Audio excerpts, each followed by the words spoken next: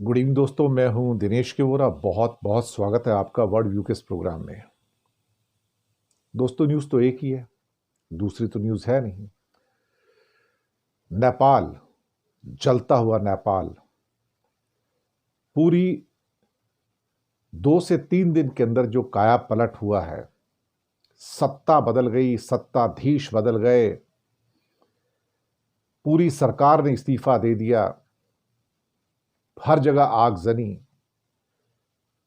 करीब 77 के आसपास शायद डिस्ट्रिक्ट्स हैं, कोई डिस्ट्रिक्ट ऐसा नहीं जहां जनरेशन जी ने कोहराम नहीं मचाया। दरअसल जब देश का युवा सड़क पे उतरता है तो सच कहा जाए तो बड़े बड़े सत्ताधीश फना हो जाते हैं। इस पर तो चर्चा रहेगी। और एक ताज़ा समाचार ये है कि वाइस प्रेसिडेंट के इलेक्शन में एनडीए के यानी कि बीजेपी के उम्मीदवार सीपी राधाकृष्णन चुनाव जीत गए। ऑन एक्सपेक्टेड लाइंस 452 वोट मिले, जबकि इंडिया गठबंधन के कैंडिडेट सुदर्शन रेड्डी को सिर्फ और सिर्फ 300 वोट मिले। क्रॉस वोटिंग हुई है, कुछ 15 वोट इनवैलिड भी हुए इंडिया गठबंधन के। खैर, वो नतीजा करीब करीब वैसा ही है, लेकिन एनडीए गठबंधन को अपनी उम्मीद से ज़्यादा वोट मिले हैं, जो उनकी मेंबरशिप थी उससे ज़्यादा उन्हें वोट मिले हैं। तो इसका मतलब कुछ और, जो एनडीए गठबंधन को छोड़कर जो बाकी छोटी पार्टियां थी उन्होंने भी वोट किया है बीजेपी कैंडिडेट को। ये खबरें बहुत ज़्यादा इम्पॉर्टेंट हैं। और एक खबर ये भी है कि इज़राइल ने कतर पे अटैक किया। ये इस समय पूरी दुनिया के अंदर जो है ना, बहुत तेज़ी से इस टाइम खबर इस समय है पूरी, कि इज़राइल ने कतार के ऊपर अटैक क्यों किया है। और बताया तो यह है कि हमास के सारे लीडर तो वहीं अयाशी करते हैं, सबको पता है कि कतर ही उनका अड्डा है, दोहा में रहते हैं। तो वहाँ पर कुछ बिल्डिंगों को निशाना बनाया गया है और उनको जलाकर राख कर दिया गया, और कुछ लोग मरे भी हैं उसके अंदर। हमास के कई अधिकारी मर गए हैं उसके अंदर। अब कतर को इजराइल के इन हवाई हमलों की भनक तक नहीं लगी है, तो इन पर जरा चर्चा करेंगे। तो आप सबका बहुत बहुत स्वागत है।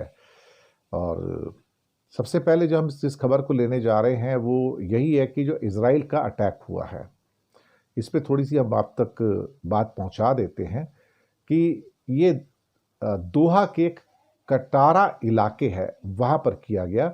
और वहाँ पर एक इमारत को निशाना बनाया गया था। इमारत में कहा जाता है कि हमास के बड़े लोग रहते हैं वहाँ पर, और वो इमारत मलबे में तब्दील हो गई है। और कई लोग जो हमास के बड़े लीडरान थे, जो उनके इन्फ्लुएंशियल लोग थे, जो दोहा में रहते थे, अय्याशी करते थे, वो उसमें मारे गए हैं। अब ये हमला जो है जेरूसलम के अंदर जो गोलीबारी हुई थी कल, जिसमें 5 कम से कम इजरायली नागरिकों की मौत हुई और कई घायल हुए थे, तब हमास ने इस हमले की जिम्मेदारी ली थी कि हमने ये किया। अब किया किसने था ये तो पता नहीं, लेकिन हमास ने जिम्मेदारी ले ली।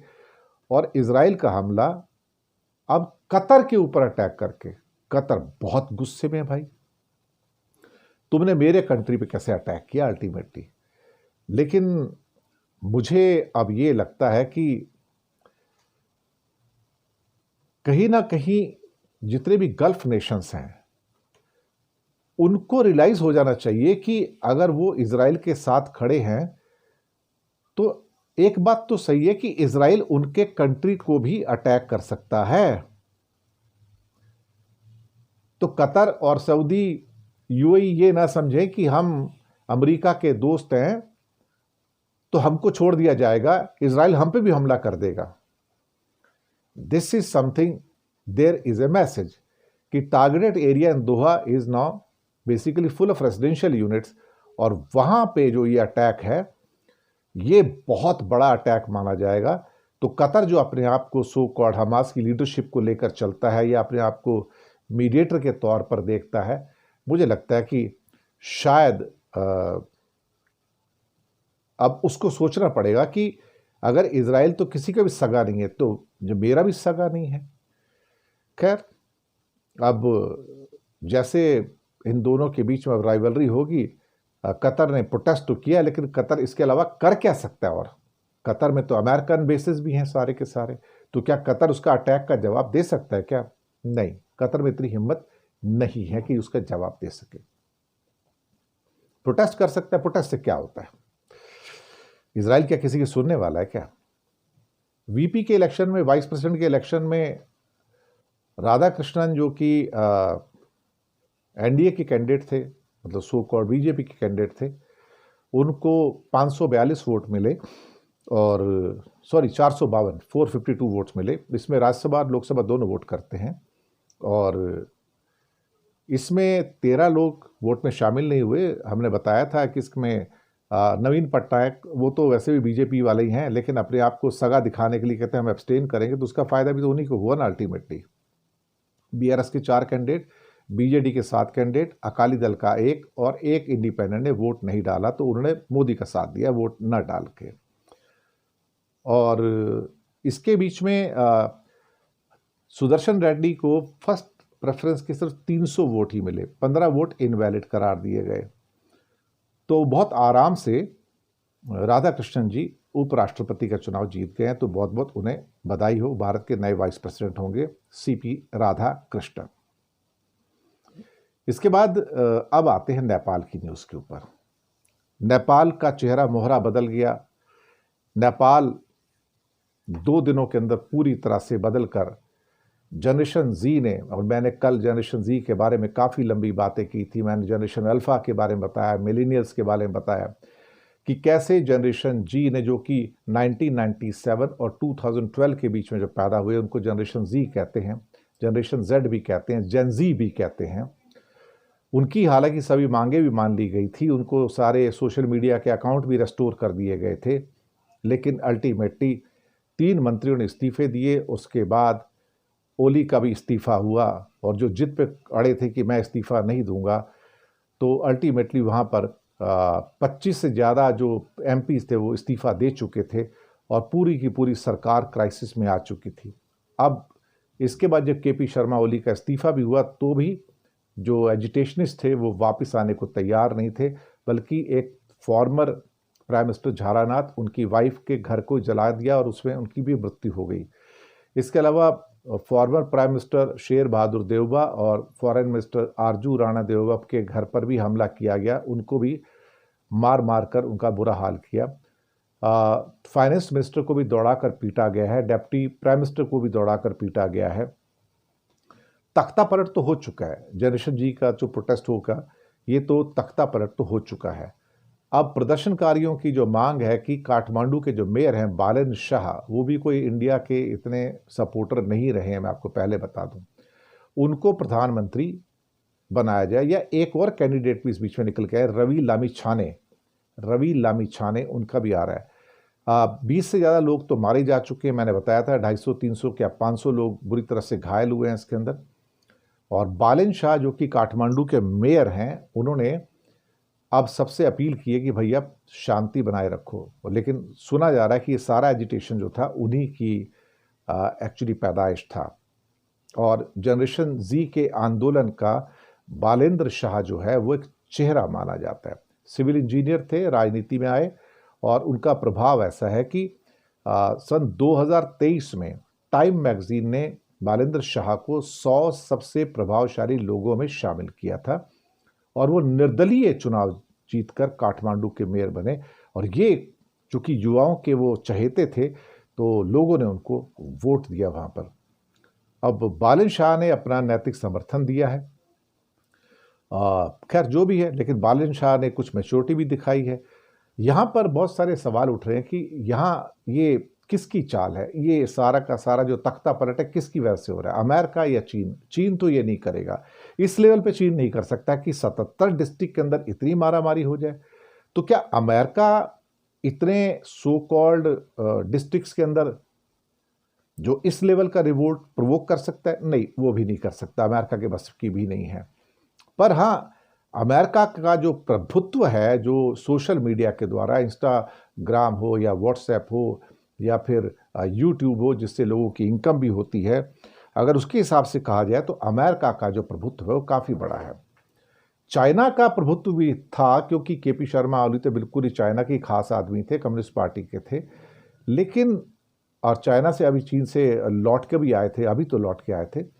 लेकिन इतनी नाराजगी युवाओं की, ये अपने आप में गजब की बात है। और ये पिछले कुछ सालों में देखा जाए तो चौथी सरकार साउथ एशिया में तख्ता पलट हो गया, चौथी सरकार का। इससे पहले अफगानिस्तान में तख्ता पलट हुआ सरकार का, तालिबान की सरकार आई। श्रीलंका में राजापक्षे की सरकार का जो स्टूडेंट्स थे उन्होंने तख्ता पलट कर दिया, यंगस्टर्स ने। बांग्लादेश के अंदर पिछले साल अपना जुलाई अगस्त के अंदर जो स्टूडेंट्स ने शेख हसीना का तख्ता पलट कर दिया। और अब इस स्टूडेंट्स ने साहब केपी शर्मा ओली का तख्ता पलट कर दिया। मुझे लगता है कि जैसे मैंने कल कहा था कि सभी कंट्रीज को केयरफुल रहना चाहिए। और संजय राउत ने तो यहां तक कह दिया, जो भारतीय शिवसेना के हैं हमारे, कि इंडिया को भी केयरफुल रहना चाहिए कि ये जो जेंजी का असंतोष है ये किसी को भी अपने गिरफ्त में ले सकता है, ये संजय राउत ने कहा है। अब नेपाल में ये प्रदर्शन एक्चुअली इस लेवल पे तो ऐसा लगता है कि जैसे कोई एक चीज ने ट्रिगर पॉइंट लेके आया और उसके बाद फिर ये ज्वालामुखी फूटता ही चला गया। और ये मुझे लगता है कि कहना थोड़ी जल्दबाजी होगी कि इसके पीछे कोई बाहरी ताकत होगी। लेकिन नेपाल में लंबे समय से जो करप्शन था और तानाशाही थी वो बहुत ज़्यादा होती जा रही थी। और वहाँ पे भ्रष्टाचार, भाई भतीजावाद, बेरोजगारी और बहुत चीज़ें थी कि लोगों के अंदर गुस्सा पनप रहा था। जैसे गुस्सा बांग्लादेश में पनप रहा था, जैसे गुस्सा श्रीलंका में पनप रहा था। और नेपाल के जो यूट्यूबर्स थे, जो यंग यूट्यूबर्स थे, वो सरकार की पोल खोल रहे थे। वो गड्ढे वाली सड़कों का हाल लो, या बुरी आपके हाईवेज को लो, या टूटे हुए पुल को लो, या अंदर सीवरेज सिस्टम, या पानी नहीं आता था, और जो सिविक के इंफ्रास्ट्रक्चर है उसको लो, या उनके बाकी दफ्तरों के अंदर जो करप्शन था, उन सारे मुद्दों को जो युवा यूट्यूबर्स थे वो उसको उठा रहे थे और लोगों में गुस्सा पनपता चला जा रहा था। अभी 15-20 तारीख के आसपास, 15 तारीख के आसपास अगले हफ्ते ओली भारत भी आने वाले थे। लेकिन अब भारत आने का कोई इसमें मतलब ही नहीं पैदा होता। यहाँ पर चीन का होल्ड है, वहाँ पर होल्ड तो इंडिया का भी है, लेकिन फिलहाल तो चीन का होल्ड काफ़ी था। दूसरी ओर अमेरिका ने भी अपने 50 जो क्या कहते हैं कि करोड़ डॉलर जो थे वो इंफ्रास्ट्रक्चर प्रोजेक्ट्स में, वो अमेरिका मिलेनियम चैलेंज कॉर्पोरेशन के अंतर्गत वहाँ पर करीब $500 मिलियन वो लगाने जा रहे थे वहाँ पर। अब एक बात मुझे भी कई बार समझ में नहीं आई कि जो चीज़ें हैं वो फिलहाल बिगड़ती हुई नज़र आ रही हैं। लेकिन मैं अमेरिका को भी इतना बड़ा इसमें दोषी नहीं मानूंगा। इतना बड़ा तो भाई रिवोल्ट अमेरिका भी इंस्टिगेट नहीं कर सकता है। अब भारत और चीन के बीच में अभी मुद्दा एक लिपुलेख, काला पानी और लिम्पियाधुरा का निकल के आया था। जो 1816 की जो सुगोली संधि है वो सारी चीज़ें फिर से निकल के आई और शी जिनपिंग के सामने केपी शर्मा ओली ने उसको उठाया था। तो हालांकि उसको थोड़ा इग्नोर कर दिया था उन्होंने भारत की भूमिका को देखते हुए। लेकिन नेपाल में जो मौजूदा अशांति है उसको लेकर बहुत सारे लोग अलग अलग किस्म के व्यू पॉइंट्स दे रहे हैं। कुछ लोग जो कि ओली समर्थक है वो दरअसल चाइना सपोर्टर भी हैं। दूसरी ओर कुछ का कहना है कि चाइना जो है इस रिवोल्ट को भड़का रहा है ताकि अमेरिका के जो इन्वेस्टमेंट है उसको कम किया जा सके। कुछ लोग कहते हैं कि जेंजी का जो नेपो किड्स और क्या कहते हैं मोनार्की समर्थक जो है राजा का, उससे भी जुड़ा हुआ है। उन्हें प्रो इंडिया भी माना जा सकता है। ये कहते हैं कि इंडिया का भी उसमें रोल रहा है कि राजा को वापस लेके आओ ताकि वहाँ पर कुछ ना कुछ अच्छा हो जाए। तो प्रो मोनार्की की बातें भी हो रही हैं। नेपाल एक ऐसा मैदान बन गया जहाँ चाइना भी है, अमेरिका भी है, भारत भी है, और इसके चलते नेपाल पूरा का पूरा फंस गया। लेकिन उनके अपने इतने सारे प्रधानमंत्री बदल गए पिछले 7-8 सालों के अंदर, 10 सालों में, जिसका कोई हिसाब ही नहीं है। सरकारें आती हैं जाती हैं, सरकारें आती हैं जाती हैं। 2008 में राजशाही खत्म होने के बाद 13 सरकारें बनी हैं वहाँ पर, 13, और सभी लोग क्या उनकी जो ज़रूरतें थे उसको पूरा नहीं कर पाए। तो जनता तो उबल रही थी ना। एक्चुअली जब जनता उबल रही तो कोई क्या करेगा। और पिछले कुछ दिनों में हमने ये भी देखा कि एक देश नहीं कई देशों के अंदर राजनीतिक संकट आए हैं। कई देशों में, इसमें अभी फ्रांस भी आया। मैंने आज ही सुबह खबर दी थी कि फ्रांस के अंदर राजनीतिक संकट आया। वहाँ पे साल में तीसरे प्रधानमंत्री हैं जिन्होंने वहाँ पर इस समय इस्तीफा दे दिया है। और नेपाल के पहले ये जो खासतौर से जापान के हाल भी खराब हो गए, वहाँ भी प्रधानमंत्री इशिबा ने इस्तीफा दे दिया, तो फ्रांस की राजनीति में पेच फंस गया है। तो नेपाल में कारण बहुत सारे हो सकते थे, भ्रष्टाचार है, सोशल मीडिया, फ्रांस के अंदर जो आर्थिक नीतियां हैं और बहुमत की कमी है, जापान में चुनाव हार गए, लगातार मंदी है, वो एक बहुत बड़ा एक कारण है। थाईलैंड के अंदर आपने देखा कि जो जुडिशरी है उसके साथ जो सो कॉल्ड जो पॉलिटिकल डायनेस्टी है उसका विवाद हो गया था। इंडोनेशिया में आर्थिक सुधार और बढ़ा हुआ जो टैक्सेस थे उनकी, तो कहीं भी ये सारी की सारी जो चीज़ें हैं वो टिक नहीं रही हैं। इसके अलावा माली के अंदर तानाशाही थी, मिलिट्री तानाशाही थी, विपक्ष में पाबंदी थी। मंगोलिया में भ्रष्टाचार, युवाओं का विरोध। आर्मीनिया में चर्च और विपक्ष पर कार्रवाई हुई। लेबनान में आर्थिक सुधारों की प्रॉब्लम। सूडान में सिविल वॉर। कॉन्गो में टेररिज्म और शरणार्थी का संकट। तो धीरे धीरे ऐसा लग रहा है कि पूरी दुनिया के अंदर पिछले 1-1.5 साल के अंदर ही कम से कम 11 देश ऐसे हैं जहां पर राजनीतिक उथल पुथल, उसमें बड़े देश भी शामिल है। अभी सिर्फ सूडान और कॉन्गो की बात नहीं रह गई है, अब इसमें जापान भी है, फ्रांस भी है, तो ऐसी बात नहीं है। तो इसलिए शायद संजय राउत ने कहा कि भारत को सावधान रहने की जरूरत है और दुनिया में कहीं भी हो सकता है। भारत का भी इशारा संजय राउत ने कर ही दिया। केपी शर्मा ओली थोड़े से अपने घमंड में आ गए थे, उनको घमंड पहले से था कि मेरे खिलाफ कोई क्या कर सकता है, और वो उनके अपने जो मिनिस्टरों के लड़के और इनके सारे के सारे पॉलिटिशियंस के लड़के तो विदेशों में पढ़ रहे थे, वो तो मज़े कर रहे थे।